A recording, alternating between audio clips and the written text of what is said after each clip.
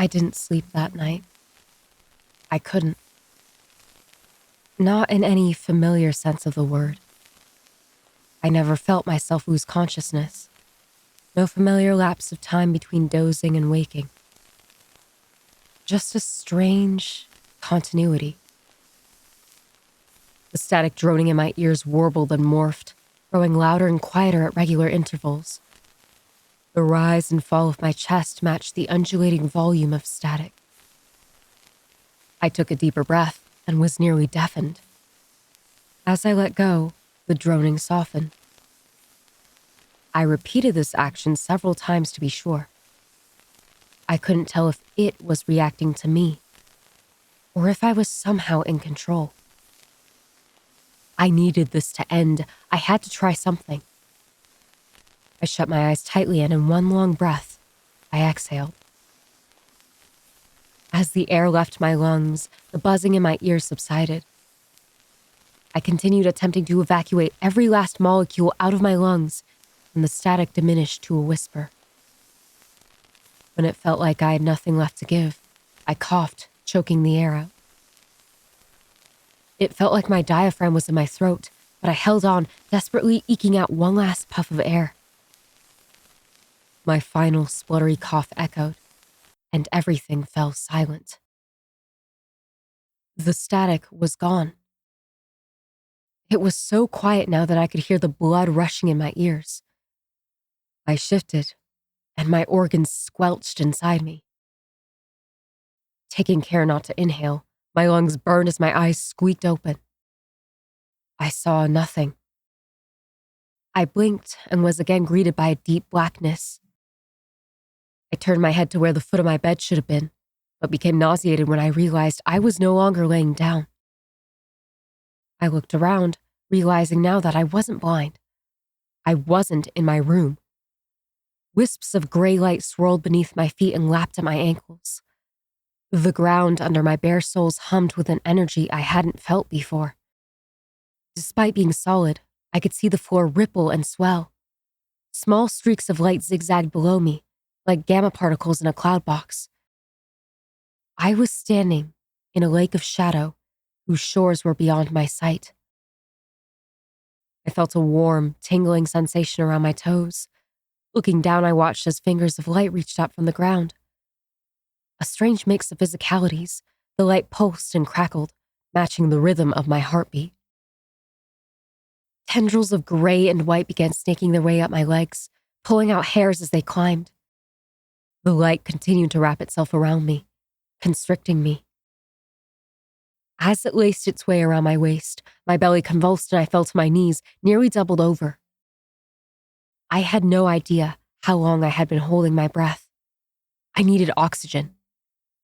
Another wave of contractions came, and my stomach strained against the binding light as my body involuntarily sucked in as much air as it could.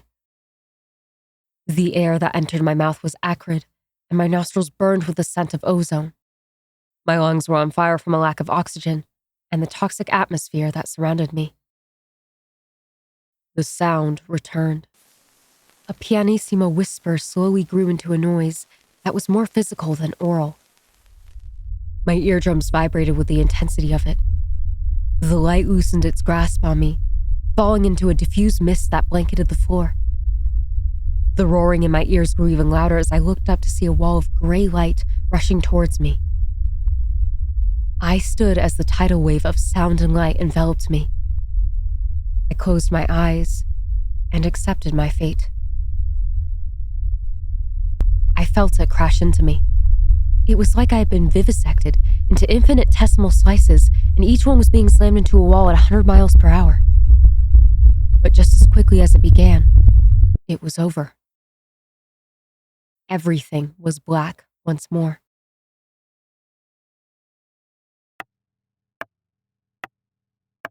I heard the soft ticking of a watch. Opening my eyes revealed that I was back in bed, my hands holding a pillow securely around my ears.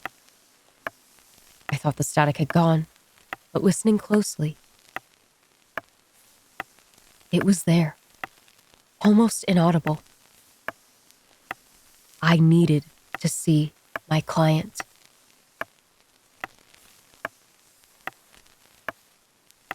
This had to be because of him. I didn't know how long I had lain there, plugging my ears. I didn't know if what I had experienced was real, a hallucination, or a dream. I knew I needed to see my client to know what he did to me. The digital clock on my nightstand was blinking 4:38. Useless. I checked the microwave, the oven, even the coffee machine. All blinking 4:38. I pulled my phone from my pocket. It was dead. My whole apartment was in such a state of disarray after the previous night. I felt like I was wading through a junkyard. I searched for my watch, an old wind-up timepiece. It was sitting in the cup by the door, along with my car keys and wallet. I couldn't remember the last time I had wound it up, but I wore it daily. It read 7:39 a.m. while ticking away faithfully.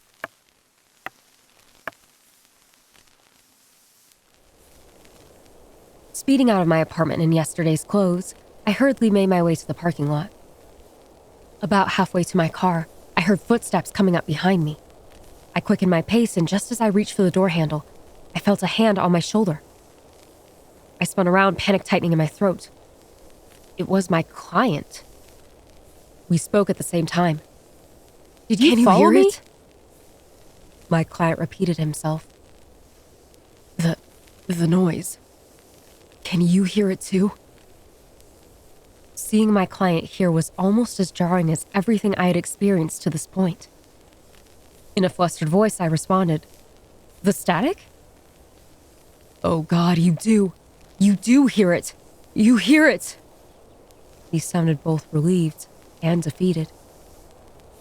I cautiously shushed him after his shouts had drawn the attention of a few neighbors.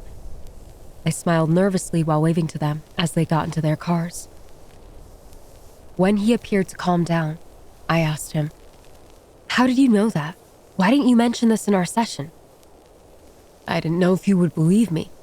I wanted to, but I thought it might be too soon. I thought that I would sound crazy. Once our session was over, though, I felt like I could trust you. I wanted to talk it over with you." "So you followed me home?" I asked, taking a step back. "I'm sorry. I haven't really been thinking straight," he said sheepishly. "You could have asked for extra time," I said. His confession had both angered and unnerved me, but I needed to stay focused. "I wanted to talk more privately," he said. "Off the record." "Listen," I said. "I'm not doing this here. I just want to know why this is happening. Come with me to the office and we can discuss this further. I'm already running late." My hands were shaking as I turned the key in the ignition. My client fumbled with the seatbelt before buckling himself in. I hadn't noticed before, but with him in such close proximity, it's almost like the static had doubled. Not in volume, but like there were two separate sources. We drove in silence for a short while. I noticed him fidgeting, playing with the ring on his index finger. He kept spinning it as he hummed quietly to himself. He wasn't humming any particular tune. Rather, he was matching pitch with the static and occasionally harmonizing with it. "Why are you doing that?" I asked. I was trying to remain calm, but my trembling voice betrayed me. "What?" "You're humming. Does it help?" "I'm not humming." "Yes, you were. Just now. I heard you." I was trying to keep my eyes on the road, but his confusion forced me to turn and look at him. "Listen, a lot of weird shit has been happening since that car crash. I black out, I see things.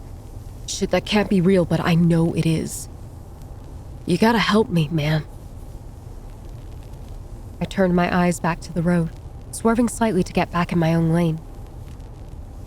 "We'll be lucky if I can even make it to the office," I muttered. I glanced at my watch as we entered the building. 8:03. At least I wasn't going to get fired. The receptionist waved, sipping her coffee, as I flew past her with my client. Cancel all my sessions today, I said hurriedly, not breaking stride. Send everything to voicemail. I'll deal with it later. I need total privacy. I didn't wait for a response. I was practically dragging him up the stairs to my counseling space. Once at the door, I fumbled with the keypad, needing several tries before I punched it in correctly. 0438. With a satisfying beep, the door unlocked. I whisked my client through the doorway and instructed him to sit down. I paced between my desk and the wall as he took a seat. I don't know if I was making him nervous or if it was the situation, but he sat on the edge of the chair, legs bouncing. I had a million questions for him, but the one that was burning a hole in my brain came out first. How did you know I could hear it? In the silence before he answered, the static crackled, seeming to grow in intensity every time I got near him. I was sitting in the bus stop by your place. It was real early in the morning. All of a sudden, the buzzing started rattling in my skull. It was so loud I thought I was going to pass out, and I thought I did when everything popped. Popped? Yeah, it was like lightning and thunder all at once, but then it went pitch black. And everything was quiet for a while. When the lights came back on, the sound came with it. But it was different. It was like when you play two keys on a piano that are right next to each other. I stopped pacing, put my head in my hands and raked my fingers through my hair as I dropped into my office chair, heaving out a shaky sigh. Okay, then what? I asked in a measured tone. He was still my client and I needed to be strong for the both of us now. I couldn't let him know just how shaken I was. I waited till you came out of your place. As soon as I saw you, I got this real bad headache, like somebody put a snare drum in my head and started pounding. It just got louder till I got close to you. Once I got a hold of you, it just sort of spread out. It didn't quite go away, but quiet enough for me to actually think. Thinking back on it now, I jumped both out of fear and because of the sharp crack that invaded my ears as he approached. Whatever was happening to us got stronger the closer we were to each other. That's how he knew. You mentioned blacking out earlier. Are your visions attached to these events? If they are, I don't remember them. I could feel myself deflate at this. Sometimes, it seems like the world gets a little foggy. I see sparks in the corners of my eyes. It gets really bad at night when I'm alone. I haven't had any visions since His voice hitched a bit. Well, since I died. A raw silence hung in the air. I let out a sigh before continuing. Do you have any emotions attached to the blackouts? Do you have any pain? He shook his head. It makes me anxious. The blackouts are so much worse than seeing or hearing shit, he said shakily. I blink and I'm somewhere else. One time I was listening to music just trying to drown out the damn buzzing. Next thing I know, I'm on the bus. No phone, no earbuds, no music. Just a headache and that freaking sound. He looked at me for a moment, his desperate, bloodshot eyes searching for an answer in mine. He put his head in his hands. I let the moment breathe before I realized he was sobbing. I pushed myself up and out of my chair, closing the distance between us. As I reached out to touch him on the shoulder, everything went dead silent. No static, no cars outside, not even the soft music from the lobby. It made me stop in my tracks, with my hand inches from my client. It felt like time was stretched for a moment before hurtling forward. My stomach jolted into my throat as the taste of iron flooded my mouth. My sight seemed to fracture like glass. The hand I had stretched toward my client in a moment of comfort now grasped him for balance. When my hand made contact, he looked up at me and said, I don't think that's a good idea. A terrible wave of sonic harmonies filled my head, dissonant and deafening. I put my hands to my ears and my knees buckled. My client deflated into his chair, clutching his ears. The overhead lights brightened and I clamped my eyes shut. It wasn't enough, and the brightening light seared into my eyelids, capillaries branching across my vision. Then everything popped. The screeching in my ears diminished to a soft hum. I opened my eyes. Broken glass was everywhere. The live wires in the overhead light crackled and arced as I noticed my now glassless window. My client wasn't moving, covered in shards of fluorescent light bulb. As I rushed to him, blood oozed out of his eyes, ears, and nose. I pressed my ear to his chest, listening for a heartbeat or breath sounds. But I couldn't tell over the pounding in my head. The hair on my forehead swayed in a slight breeze. I waited a moment, holding my breath. It happened again. He was breathing. Murmurs filled the hallway as I rushed to my desk phone. It was dead, no dial tone. "Hey, is everyone okay? We had a power surge." I felt panic rising in my chest as I realized this incident wasn't isolated. "Call an ambulance!" I shouted, opening the door. "I don't know what happened. He had a seizure, I think. He's bleeding. He needs a hospital." My mind was racing as I thought up a frantic excuse for why I had an unconscious, bloody client in my chair.